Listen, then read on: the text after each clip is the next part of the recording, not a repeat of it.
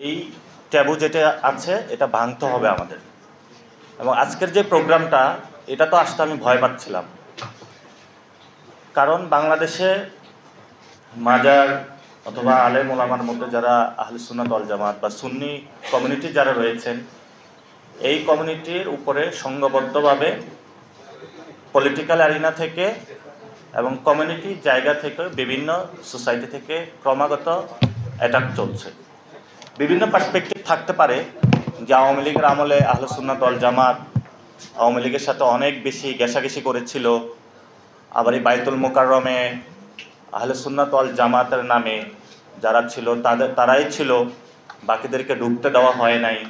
তখন কওমি সোসাইটি যারা ছিল, আলিয়া সোসাইটি যারা ছিল, তাদের প্রতি বৈষম্য করা হয়েছিল। এই ধরনের তর্ক বিতর্ক অনেক ধরনের আছে। আমি ব্যক্তিগতভাবে আমি যখন ছোটবেলায় মাদ্রাসায় পড়াশোনা করেছিলাম, তো ওইখানেও কওমি মাদ্রাসায় যে হেদায়া কিতাব পড়ে, আলিয়া মাদ্রাসায় হেদায়া কিতাব পড়ে, আমি ডিফারেন্ট একই কিতাব পড়ে, একই হাসিয়া, সব কিছু একই, কিন্তু যখন আমি মাঠে প্র্যাকটিক্যালি দেখতে গেলাম সেখানে হলো দুনিয়ার মারামারি। আর যখন অর্থনৈতিক জায়গা থেকে দেখতে গেলাম, আমি পড়াশোনা করেছিলাম ছোটবেলায় একটি কওমি মাদ্রাসাতে সরাবেকায়া পর্যন্ত, সেটা ছিল যে নাসা গ্রুপের যে চেয়ারম্যান এখন জেলে আছে, শেখ হাসিনার ফাইন্যান্সিয়াল ক্রাইমের বড় একটা ক্রাইম, সে মাদ্রাসার একটা এতিমখানা ওইখানে দিয়ে রেখেছে, পুরা ওয়ার্ল্ডে যায় প্রচার করে যে এইখানে হলো আপনারা দান করেন। এবং ওই মাদ্রাসা থেকে বেফাকুল যে আরাবিয়া আছে ওইখানে ভালো রেজাল্ট সব সময়, জাইয়েদ মুমতাজ অথবা যারা আছে খুব ভালো রেজাল্টে করছেন। তা আমাদের যে যারা জেনারেশন রয়েছে বর্তমানে আলেম ওলামাদের মধ্যে এবং যারা পলিটিক্স করে, ইকোনমিক্স, বিজনেস, তো এখানে আমাদের মধ্যে একটা মিলন মেলা হয়েছে। আমরা যারা কওমি সেকশনের আছে তাদেরও আন্ডারস্ট্যান্ড করতে পারি, যারা সুন্নি সেকশনের আছে তাদেরকেও আন্ডারস্ট্যান্ড করতে পারি, যারা বাংলা মিডিয়ামে আছে তাদেরকেও আন্ডারস্ট্যান্ড করতে পারি, যারা ইংলিশ মিডিয়ামে আছে তাদেরকেও আমরা আন্ডারস্ট্যান্ড করতে পারি। তো আমরা একটি মিলন মেলা বা হারমোনির জায়গায় আসার চেষ্টা করতেছি। এবং এই জন্য এক ভাই বলেছেন যে কোনো উদ্যোগ নেওয়া হচ্ছে না, এই ধরনের অসংখ্য উদ্যোগ নেওয়া হচ্ছে যে কি ওয়েতে আমরা একটি প্রক্রিয়াগত জায়গার মধ্য দিয়ে একটা সমাধানে পৌঁছতে পারি, যেখানে হলো মাঠে মারামারি, ভাঙচুর, এই ধরনের কোনো অসভ্য কাজগুলো বাংলাদেশের আর হবে না। এবং এই যে ভাই বলেছিল, ভাইয়ের দরবারে যখন হামলা হচ্ছিল এবং এই গণ অভ্যুত্থানের পরে রাতের বেলায় অনেকগুলো দরবারে হামলা হচ্ছিল, আমার রাতে আর ঘুমাইতে পারি নাই। দরবার থেকে ফোন আসতেছিল, আমরা সেখানে ভলেন্টিয়ার্স পাঠিয়েছি, আইন শৃঙ্খলা বাহিনীর সাথে যোগাযোগ করেছি যে এটা আপনাদের স্টপ করাতে হবে। কিন্তু এখানে যেটা ইফতেখার ভাই বলেছিল যে পলিটিক্যাল ক্ষেত্র নতুনভাবে অনেক কিছু এসেছে। আপনি যখন 93% মুসলমান রাজনীতির কথা বলবেন, তাহলে বাকি 10%-এর রাজনীতির কথা আপনার উচ্চারণ করতে হবে। যখন স্টেট আকারে বলবেন, মডার্ন স্টেটের ক্ষেত্রে সেখানে খেলাফত মুলুকিয়ার যে মওদুদী সাহেব যে বইটা লিখেছিল, সে মডার্ন ইখওয়ানুল মুসলিমিন যে ধারণা নিয়ে এসেছিল সেটাও যেমন বাংলাদেশে বিরাজ করে।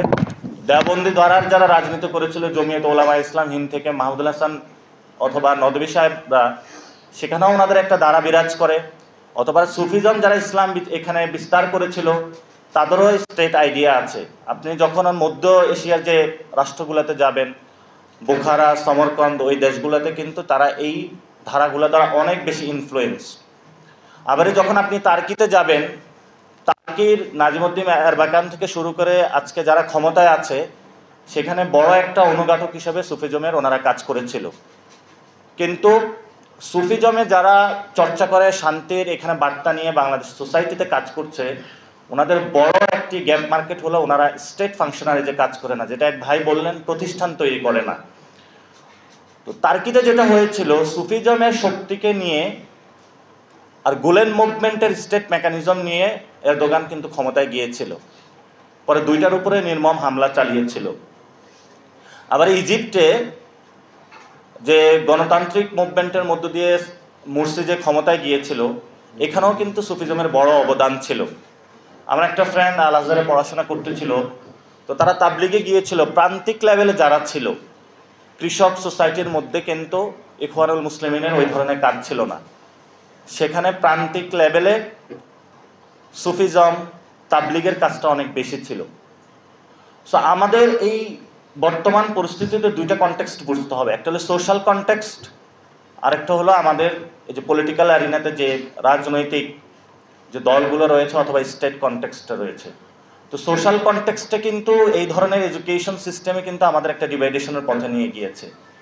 আলিয়া একটা ধারা রয়েছে, এবং আমি যখন ফাজিলে পড়তেছিলাম দারুন নাজাতে, তো তখন সুফিজমের মধ্যে ওনাদের কিছু সংস্রব পেয়েছিলাম।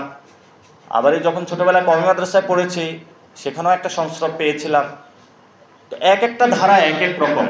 আমাদের ওই সময় তরবিয়তের জায়গায় বর্তমানে যিনি আব্দুল মালিক সাহেব, উনি আমাদের কিছু লেকচার দিতেন।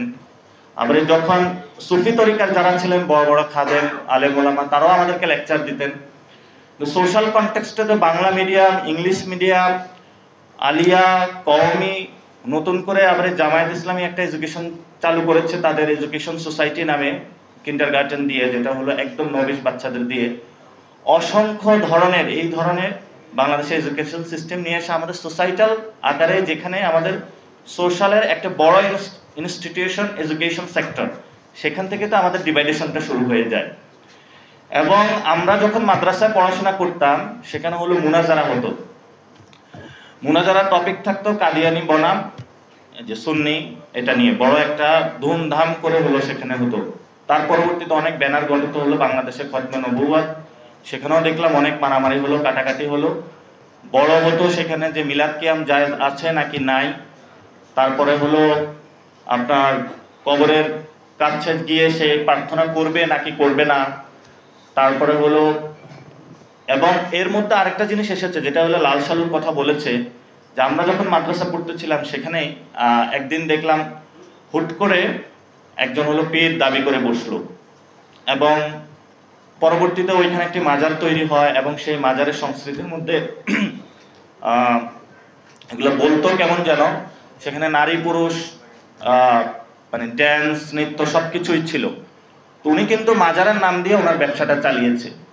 তো সোশ্যাল কনটেক্সটে অনেক ধরনের এখানে আমাদের উপাদান আছে। এই কনটেক্সটগুলোতে যদি আপনারা যারা সোসাইটিতে কমিউনিটি আকারে লিডারশিপ আছেন, আপনারা যেটা এখানে আলোচনা এসেছে একটি গবেষণা প্রতিষ্ঠান করে যদি গঠন করা যায় কোনো কিছু, তাহলে বাংলাদেশের সোশ্যাল কনটেক্সটে যদি এটা হারমোনি বা একটা মিলন মেলা আমরা সৃষ্টি করতে পারি, তাহলে আমরা পরবর্তীতে স্টেট লেভেল পর্যন্ত নিয়ে যেতে পারবো। আর সেই ক্ষেত্রে আজকের আপনারা একটি প্রস্তাবনা দিয়েছেন যে একটি কমিশন গঠন করতে হবে, এটা একটি ভালো প্রস্তাবনা। আর আমরা এনসিপির থেকে আপনাদের এটা সাথে আছি।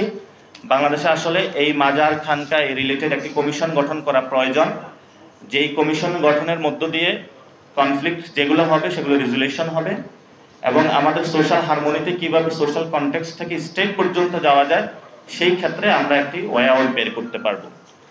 সেকেন্ড একটি বিষয় যেটা হলো স্টেট ফর্মুলেশনে। যখন ঢাকা ভার্সিটিতে আবার আমরা দেখলাম এই সেক্টরগুলোতে ইংলিশ মিডিয়ামে যখন আসলাম আমরা, তখন সেখানে দেখলাম সোশ্যাল কনটেক্সটের কওমি ধারা, আলিয়া ধারা এবং এই যে সুন্নির ধারার যে মাদ্রাসাগুলো রয়েছে আমাদের